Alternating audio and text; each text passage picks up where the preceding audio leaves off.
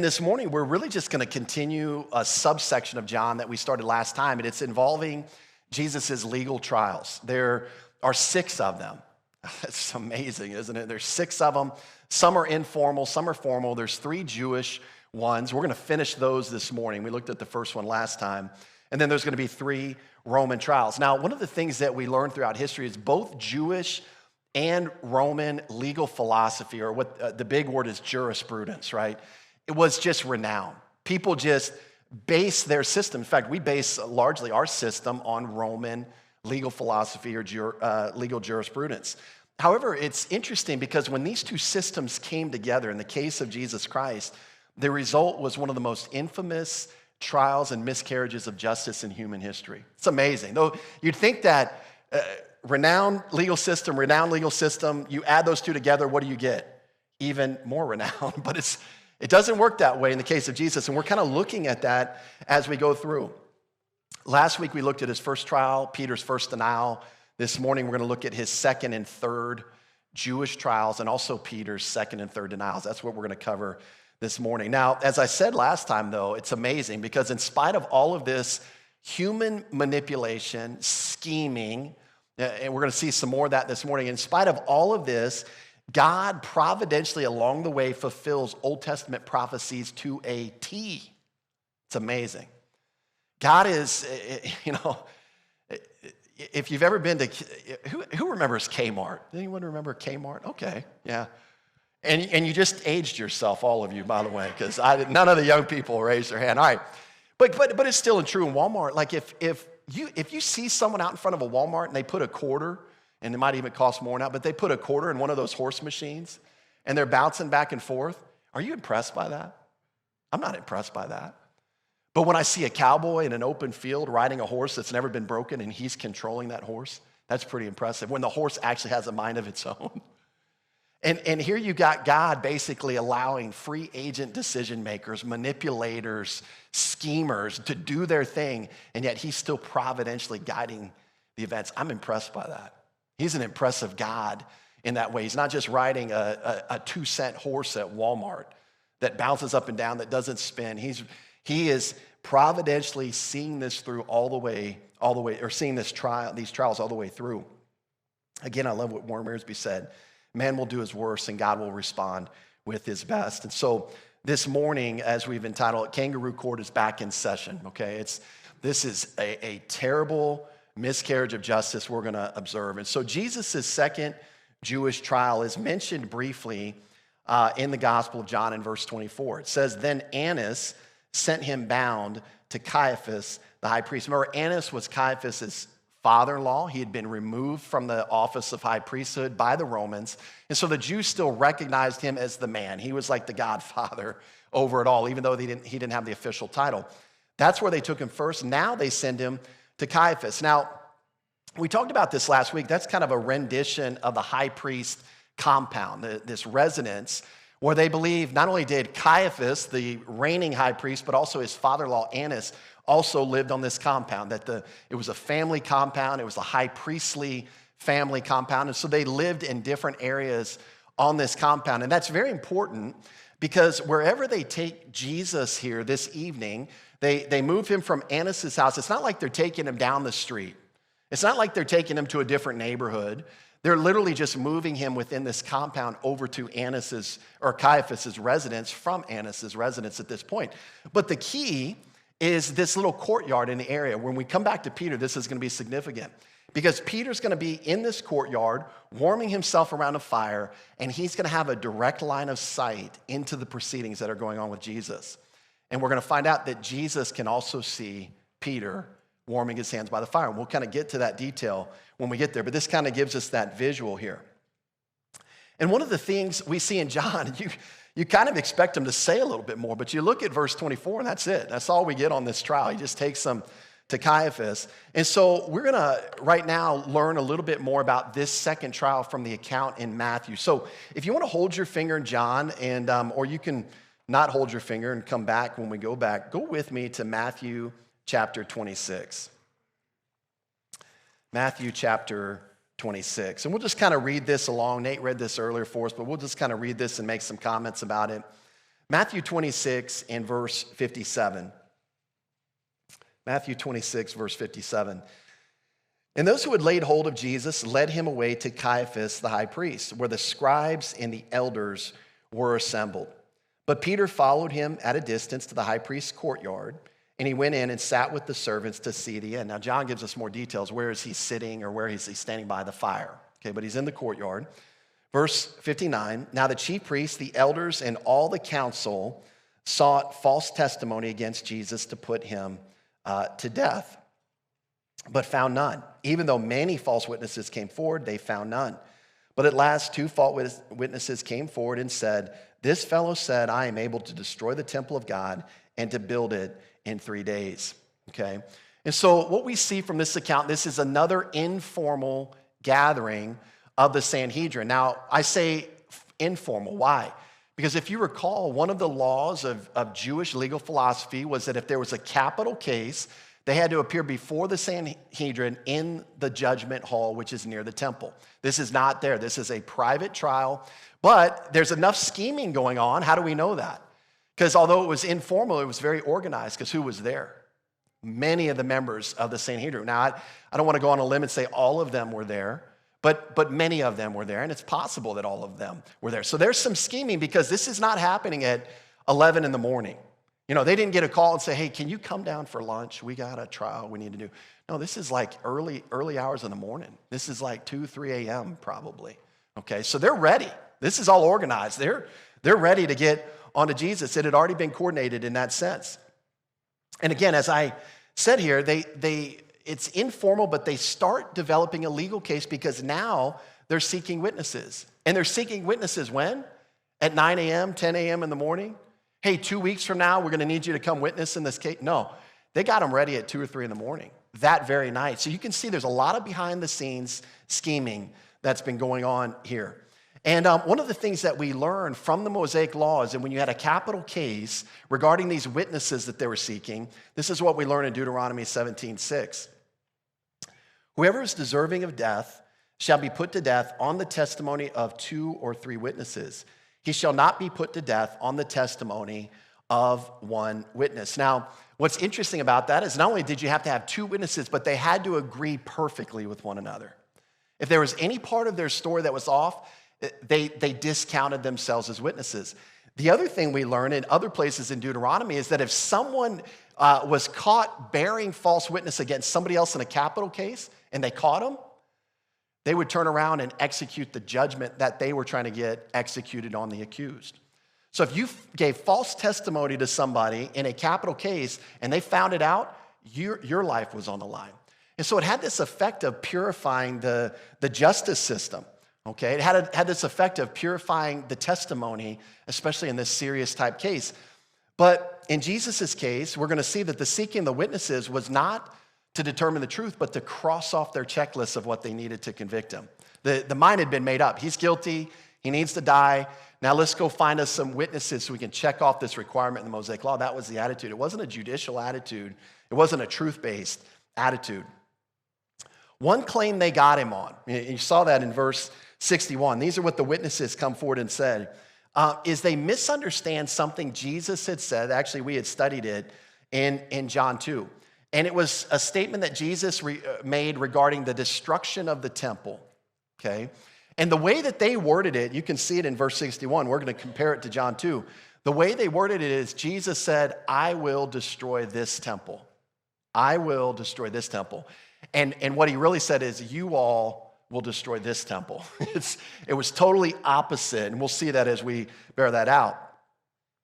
And by the way, if what they said about Jesus was true, this would have been a capital offense against Judaism itself. The penalty, though, would have been stoning and not crucifixion. Very key. That's the Jewish method of execution, was stoning, not crucifixion. And by the way, the Romans might have even been sympathetic to this, because they took very seriously their own temples. And so that might have been a sympathetic charge that they would have been like, oh yeah, you can't do that even if it's the Jewish temple. And so this would have been deemed a capital offense, and this is what they're after here with these witnesses. Now, what Jesus actually said is found in John 2, 18 through 19. Remember when we covered that a few years ago when we were in John 2 or whenever we were? Nate's kind. He's like, yeah, we've been in John for a few months. Yeah, a few months times something else. But that's okay. It's good. It's the Word of God, right? It's the Word of God. It's able to equip us. So John 2, 18 through 19 says this, so the Jews answered and said to him, what sign do you show us since you do these things? Now, these things, contextually, Jesus had just cleared the temple. He had just flipped the tables of the money changers. He had just driven these people out of the temple. That's the things. Jesus answered and said to them, destroy this temple, and in 3 days I will raise it up. And so let's observe a couple things. They say, what sign do you show us? So, like, what are you trying to teach us here? What sign are you giving us? And then they take his answer literally. It's interesting. They're like, show us what sign you're teaching, and then they take his answer literally later. But then notice what he says here. He doesn't say that he would destroy the temple, right? He doesn't, I will destroy that temple, nor does he say, I will do this. What does he say? Destroy this temple. And it comes out clear in the Greek language. It's second person plural. Y'all, Southern, right? Y'all will destroy this temple. This temple, not that temple, not the temple, this temple. And this is what he's describing here. And so this is a false claim. They're not paying attention to detail. They may agree in their testimony, but this is false in this accusation. And so let's stay in Matthew here, and let's read now verses 62 through 64, following this false claim. And the high priest arose and said to him, do you answer nothing? What is it these men testify against you? But Jesus kept silent. By the way, that's a direct fulfillment of Old Testament prophecy. That's exactly what the Old Testament predicted the Messiah would do. He would remain, quiet as a lamb before his shearers. This is exactly. So we're going to see this all throughout the trial of Jesus. But now he keeps silence, but now the high priest asks him a direct question.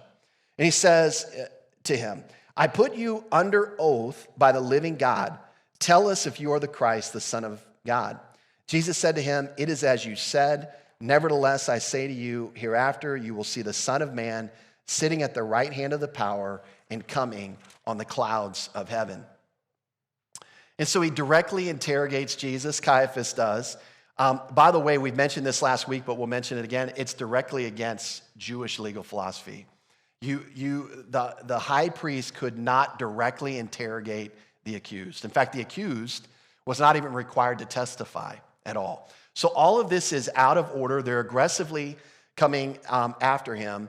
And Jesus keeps quiet until he's asked a direct question. Okay, when he gets asked this direct question, he is now being forced to testify against himself, which again, from a Jewish legal perspective, was breaking the law. This was illegal, even from their perspective. But since he's asked directly, Jesus provides the answer. Here's the direct question. I put you under oath by the living God. Tell us if you are the Christ, the Son of God. Jesus, his answer, it is as you said. Nevertheless, I say to you, hereafter you will see the Son of Man sitting at the right hand of the power and coming on the clouds of heaven. Now, there's certain people in our world that will claim that Jesus never claimed to be the Messiah, or that Jesus never claimed to be the Son of God. People actually say that. And this verse just flies right in the face of that. I mean, he's claiming to at least to be the Messiah, and we'll see later that he's claiming to be the Son of God. In fact, that's how they understood him. That's exactly what they understood him to say, because they're about in terms of their response. But additionally, one of the things that he does here, and I want to point this out here, is he provides an allusion, or at least a reference to Daniel 7, 13, and 14. And I want to point out the wording here. Okay, you can kind of keep your finger there in Matthew 26, 64. But it says, the Son of Man, he says, hereafter you will see the Son of Man sitting at the right hand of the power and coming on the clouds of heaven. So hold that thought and go to Daniel 7, 13 through 14, or you can just read it on the screen. And I was watching in the night visions, this is Daniel writing, and behold, one like the Son of Man coming with the clouds of heaven.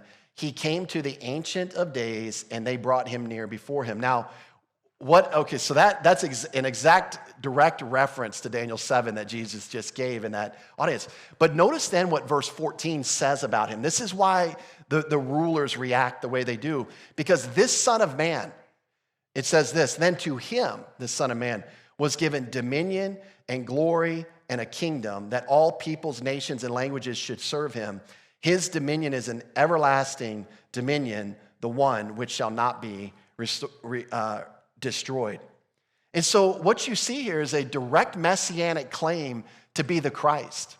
Not only that, to be the eternal ruler over on David's throne, the eternal ruler of this eternal kingdom. And in the Ancient of Days, or God the Father would grant him this ability to reign forever. This is what Jesus is claiming. Are you the Christ? And he says, well, let me quote a verse about me from the Old Testament, and then you make the call. And so they understood what he was claiming. Now, let's read their response here. Verse 65, then the high priest tore his clothes, saying, he has spoken blasphemy. What further need do we have of witnesses? Look now, you have heard his blasphemy. What do you think? They answered and said, he is deserving of death. Then they spat in his face and beat him, and others struck him with the palms of their hands, saying, prophesy to us, Christ. Who is the one who struck you? And so the outcome that they're searching for, they've gotten. They've gotten what they needed. Now, it's so interesting because, you ask somebody a question and they give you the answer, and you should probably follow up on the answer. Okay, you just claim to be the Christ. Rather than saying, okay, we're going to kill you for that, they should probably say, well, give us some more information there, Tell us why you think that. But it's like they're not even interested. I mean, imagine if they're asking, are you the Christ? And he says, I am. And they automatically condemn him for that instead of investigating further. But this is exactly what they're doing. They're looking for the right outcome. And all of the group here, whoever's here, if it's the entire Sanhedrin, which would be interesting, right? Because we're going to get introduced to Nicodemus in a little bit. We're going to get introduced to Joseph of Arimathea in a little bit, both of them members of this Sanhedrin, and both of them seem to have put their faith in Jesus Christ. And they're going to take great care and great risk to themselves. When Jesus is hanging on the cross, they're going to go get his body. And so it's hard to imagine that they're here right now, but they might be. They might be in this group. They might just be, they don't want to speak up. It's mob rule. They don't want to, when it's mob rule, what's our tendency? Let me just stay below the radar, People start getting upset. Let me just go sit over here. I'm just going to be quiet. And so maybe that's happened. Maybe they're not there. We don't really know. We don't have those details. But the group itself admitted this was enough to put him to death. And then against proper legal warrant, they began physically assaulting him. By the way, just as a reminder, there still has not been an official judicial legal trial for Jesus yet. But he's already condemned, and they're already beating him and treating him like a condemned prisoner. They also verbally accosted him. And so we mentioned some of these Jewish illegalities in the first trial with Annas. I want to point out some of the repeated offenses in the second trial. Let's just kind of move through this quickly. By the way, if anyone wants a list of this, I'm happy to provide this in an email. If you enjoy these kind of details, I'm happy to send that to you in an email. Don't try to write it down. It might speed up your arthritis, trying to copy all this down. But we're all headed that way, it feels like, anyways. All right. First, jurisprudence woe or legal or illegality, if you will. No trials were ever to occur before the morning sacrifice. Very important to see that. Morning sacrifice about 9 a.m. So these two trials have all happened before the morning sacrifice. All trials were to be public and secret trials were forbidden. We've talked about that. All Sanhedrin trials, especially capital cases, were to be held in the Hall of Judgment, which is in the temple area, not in the private residence of the high priest. Both of these trials have now taken place in the private residence of the high priest. We saw this. There had to be 2 or 3 witnesses. Their testimony had to be in perfect agreement. We also learn in Mark 14 that the chief priests and all the council sought testimony against Jesus to put him to death, but found none. For many bore false witness against him, but their testimonies did not agree. You see, and really by Jewish law, every witness that they found who gave false testimony, were found to be giving false testimony, all of them should have been put to death. But it's not. They're just like, all right, go find someone else. Go find someone else on the street. Or go wake that guy up. I think he was there. We could probably get him to say what we want him to say. That's what people do today, right? They go out and they almost recruit witnesses. Oftentimes, it's unfortunate in the justice system. We want you to say what we want you to say. This is what you saw, right? He was wearing this, right? And they start to plant these things. And so this is what's going on even in this day. Now, by the way, eventually they found two witnesses. Eventually, these two witnesses agreed. But what they agreed on, they were lacking accurate detail. Jesus didn't say, I will destroy the temple. He said, you will destroy this temple, right? You all will destroy this temple. And so some of these are some of the repeated illegal actions in the first and second trial, but there's some additional illegal things that happened with this second trial that we just looked at. Number one, and this has happened in both cases, but capital cases required proper order and procedures. And here's the first one. It's opposite from our legal system. The defense would be able to first present its case for innocence, then the prosecution would present its case for conviction. You're going to find in all the trials of Jesus, he never had an opportunity to present a case for innocence. It's amazing. They started railing on him, presenting and looking for evidence against him. When the charge was blasphemy, okay, this is just by Jewish law, guilt could only be established when the defendant had actually pronounced the very name of God. And you know this, right? Jews oftentimes wouldn't even say the name of God for fear that they might blaspheme. And so they would say, the power on high, the most high.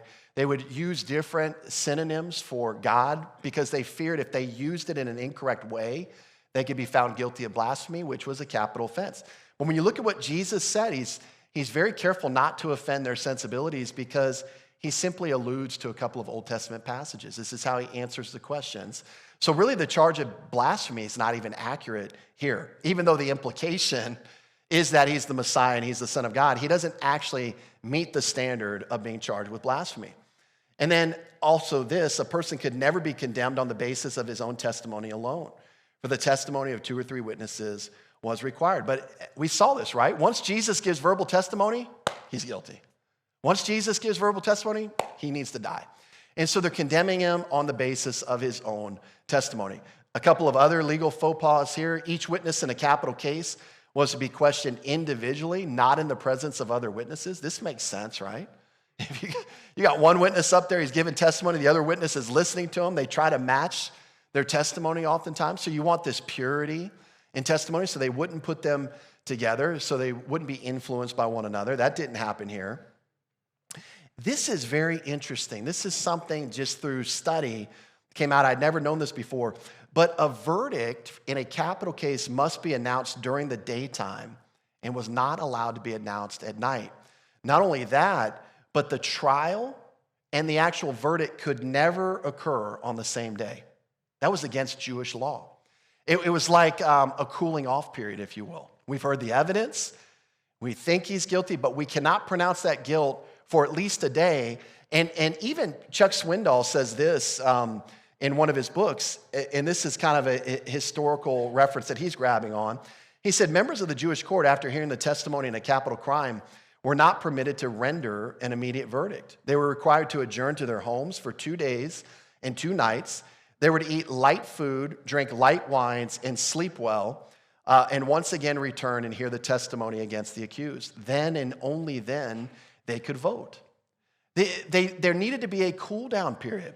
There wasn't that in Jesus' case. They're rushing to judgment, and then we're going to see they rush to execution. It's all just push, manipulated, connived, schemed, and pushed like something incredible. In fact, if you were to look at this case, if you were a legal student of Jewish law and you looked at this case, it actually looks like they're trying to break as many laws as they possibly can. That's what it looks like. It looks like they're trying to break them all, as many laws as they're breaking. Now, that kind of takes us through the second trial. We want to bounce back now to John. So join me back in John 18. And this is what John is doing. John is bouncing us inside to the trial, outside to Peter, back and forth, and now he bounces us back outside to Peter in verse 25. And remember, Peter in verse 18 was left by the fire. Okay, and that's where we kind of pick it back up with Peter. Verse 18, he was left by the fire. Verse 25 through 27 says this, now Simon Peter stood and warmed himself. Therefore they said to him, you are not also one of his disciples, are you? He denied it and said, I am not. One of the servants of the high priest, a relative of him, whose ear Peter cut off, said, did I not see you in the garden with him? Peter then denied again, and immediately a rooster crowed.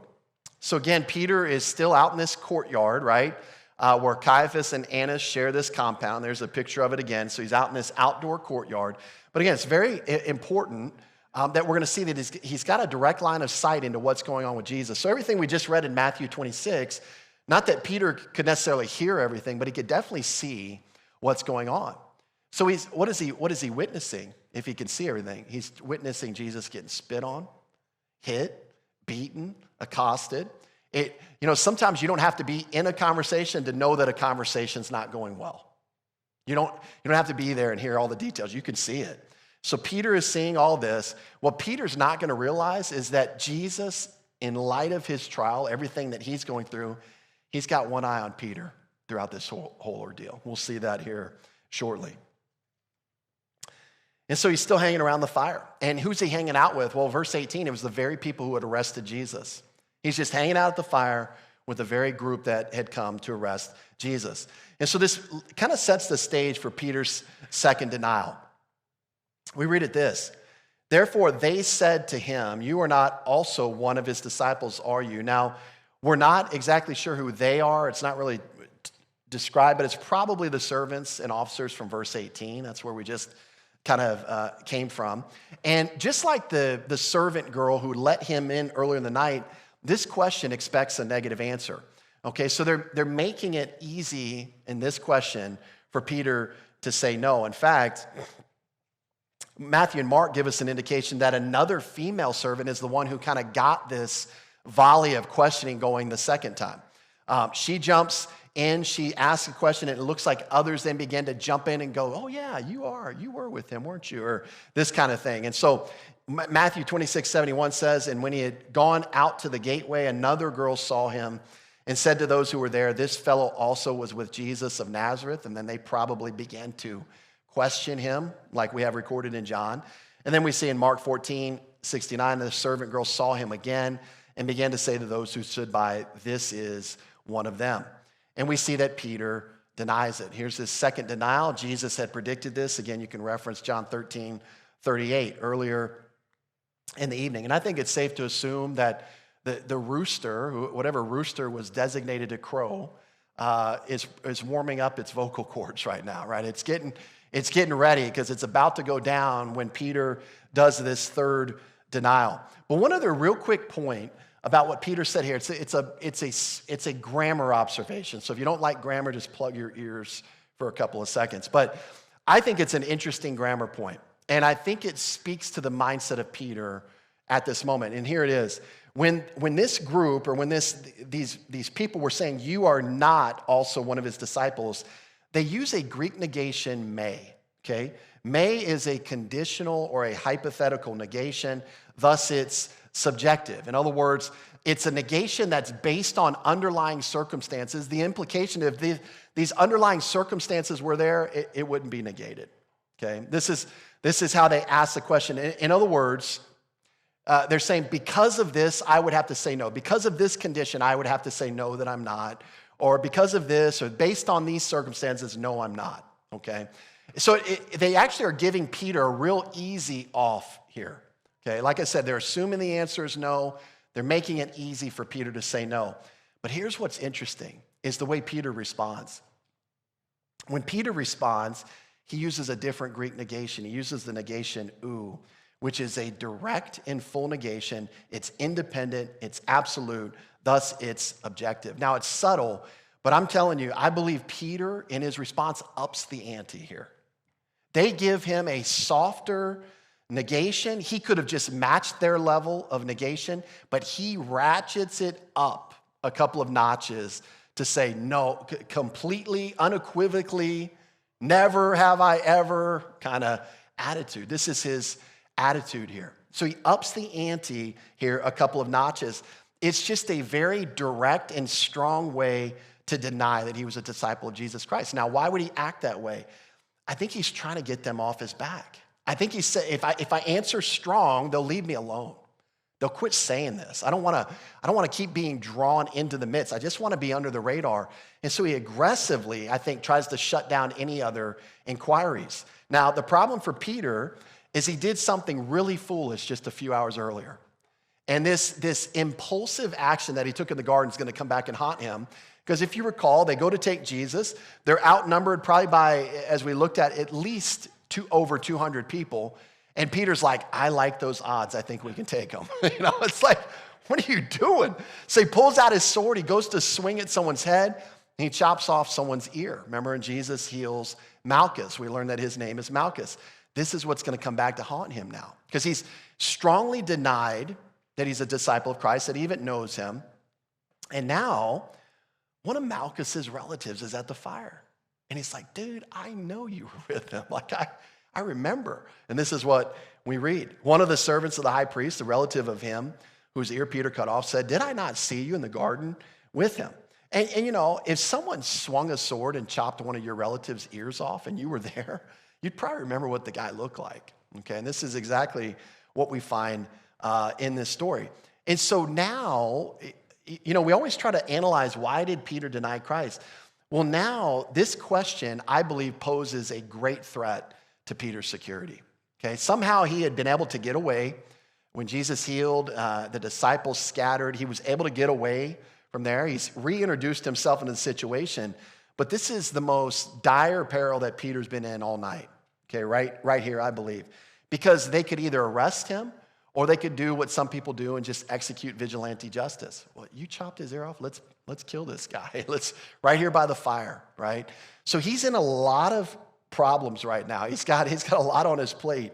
And this may be why he responds a little bit more aggressively this time.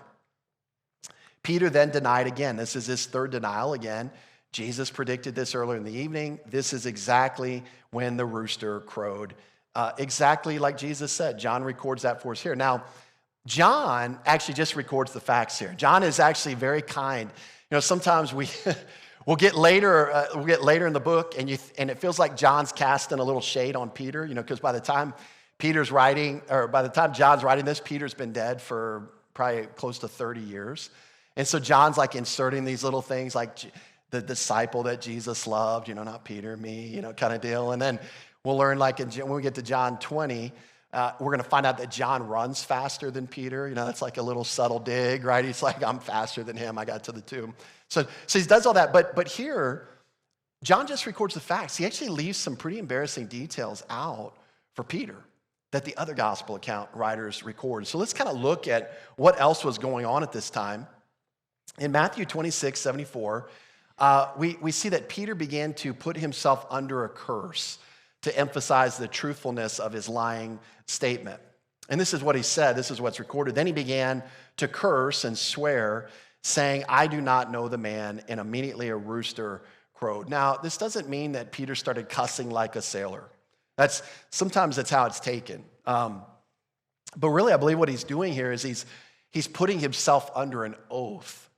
It would be like when we grew up, we would say, I swear on my mother's grave. I swear on my grandmother's grave. It's like if you went like multiple generations up, like you were really serious, right? Like my great-grandmother on my mom's side, or whatever.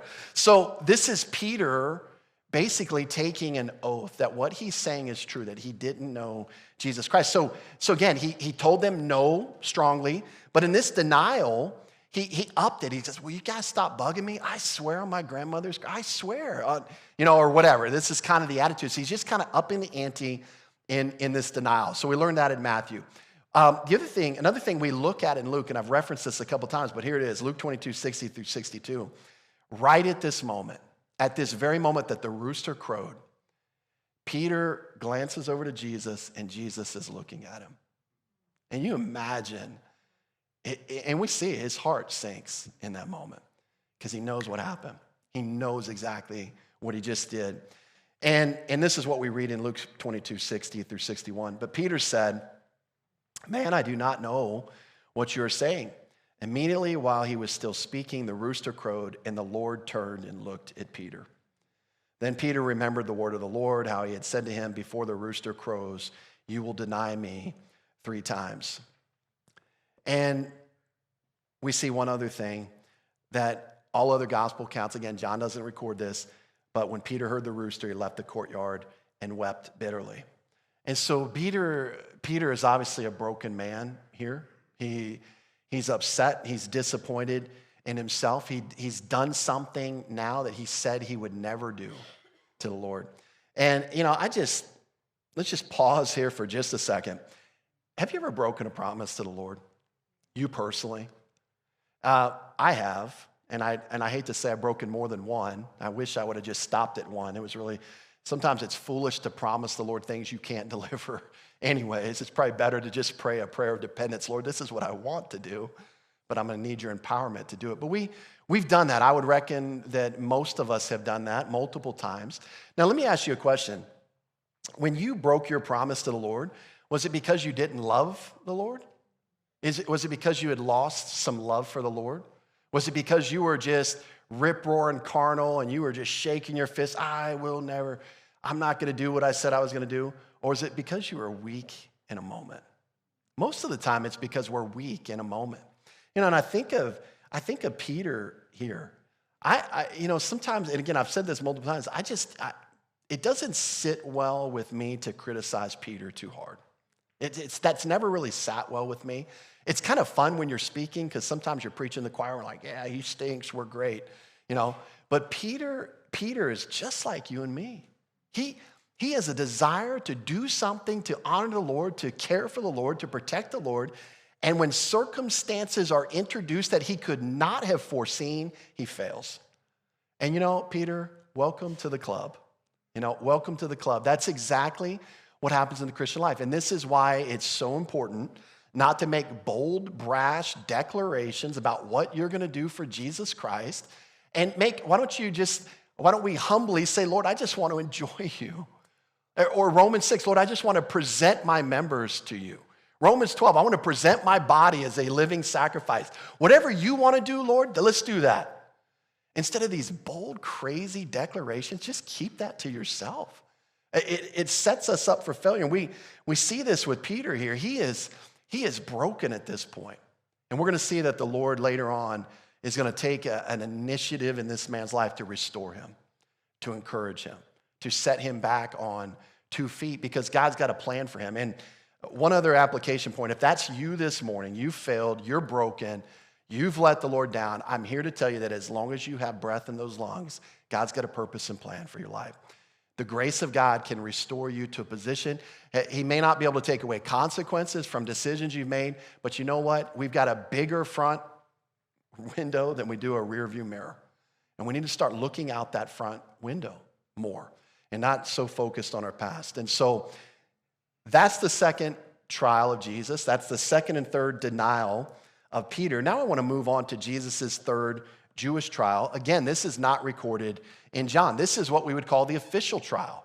Okay, but we'll see there's even some problems with this official trial. And to get this trial, we're going to have to turn to that third passage that Nate read for us, and that's in Luke 22. So if you want to hold your spot in John again, we'll come back. Luke 22. All this flipping should be getting you hungry for the buffet you're going to be eating after church. There's going to be a run on Golden Corral after all this Bible flipping this morning. All right, Jesus' third Jewish trial, Luke 22, verse 66. And let's go ahead and just read it before we bring up any points, and that's why we get our mind around it.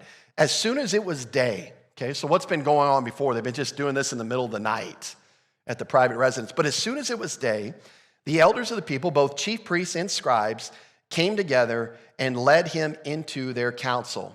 That's the judgment hall. Who's there now? It's the Sanhedrin. That's what all of these groups comprise. Saying, if you are the Christ, tell us. But he said to them, if I tell you, you will by no means believe. And if I also ask you, you will by no means answer me or let me go.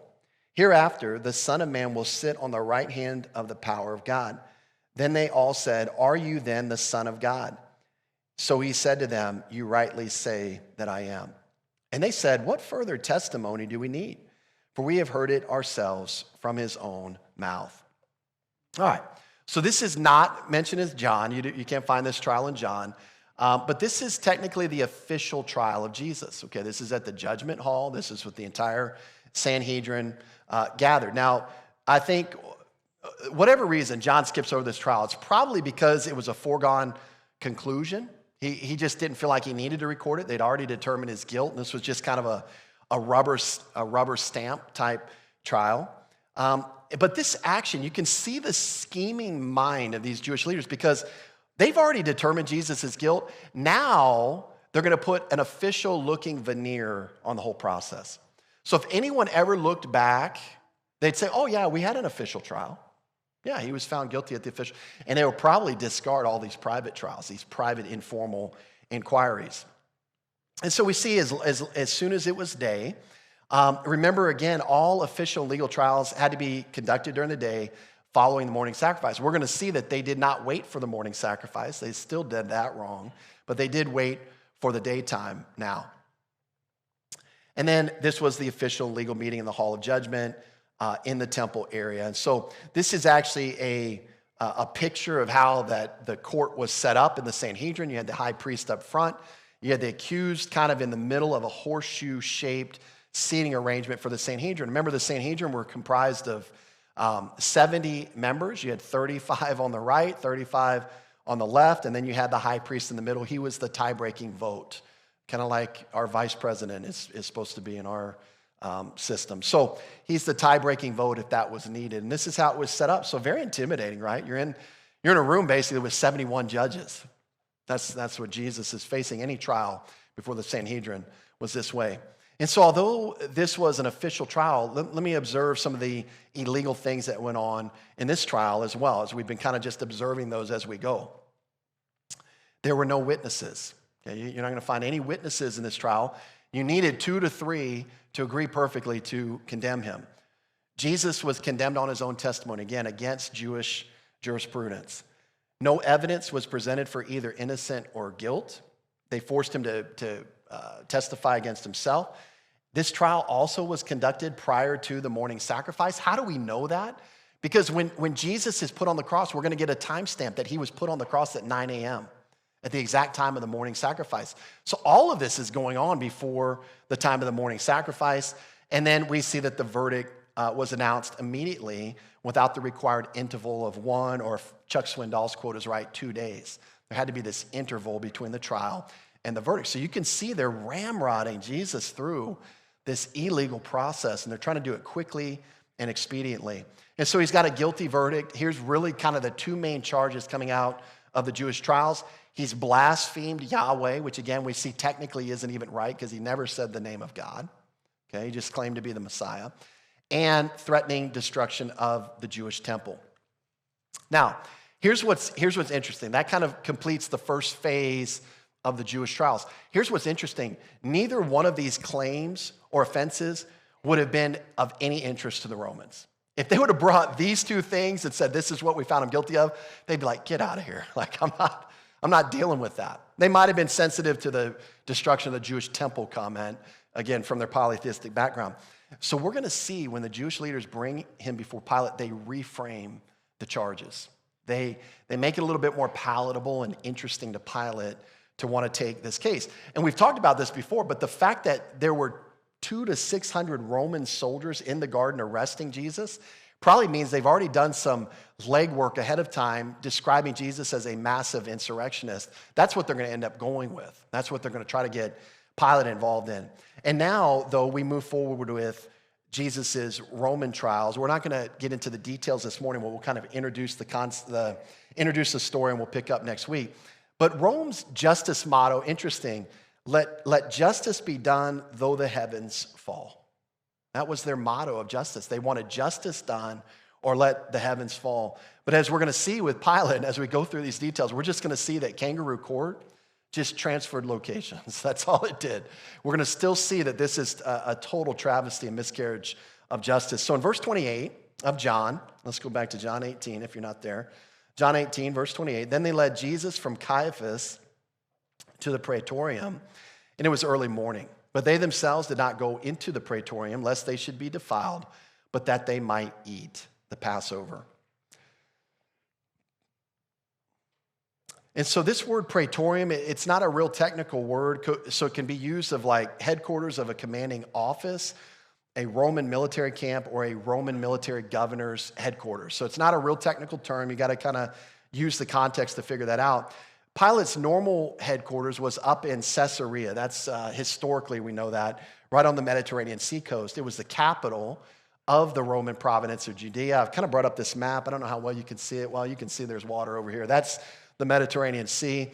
That's Caesarea. And so during feast times, oftentimes Pilate would then travel to Jerusalem, and he would stay there temporarily to make sure that there was no uprisings of the Jews. He could be a little bit closer to ground zero where all the people were gathering. And this is where we believe he is during this time. Obviously, they didn't take him up to Caesarea and then return him to Jerusalem later. That's quite a long distance. And so where was he? Well, his temporary quarters while in Jerusalem was likely the fortress of Antonia. Again, that's kind of a historical reference there, which is immediately on the north side of the temple enclosure. This is kind of a rendering of the temple, and this is the temple or the fortress of Antonia. It's right there, kind of off the north side of the temple compound. Okay, so he's real close to the temple. Where was the Sanhedrin?